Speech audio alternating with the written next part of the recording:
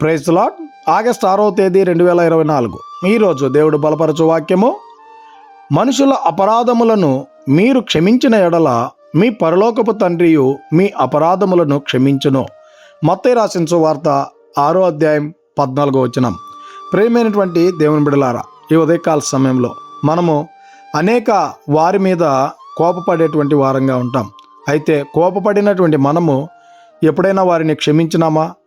అలాంటి క్షమాగుణము కలిగి ఉండాలని ఈ ఉదయకాల సమయంలో దేవుడు మనతో మాట్లాడుతూ ఉన్నాడు.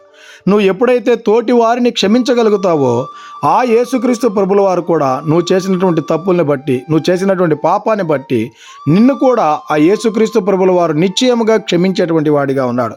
కనుక ఇకనైనా మనము మన తోటి వారిని క్షమించేటువంటి వారంగా ఉండాలని కోరుకుంటూ ఈ దిన వాక్యం ద్వారా దేవుడు మనలందరినీ బలపరిచి దీవించును గాక. ఆమెన్. God bless you.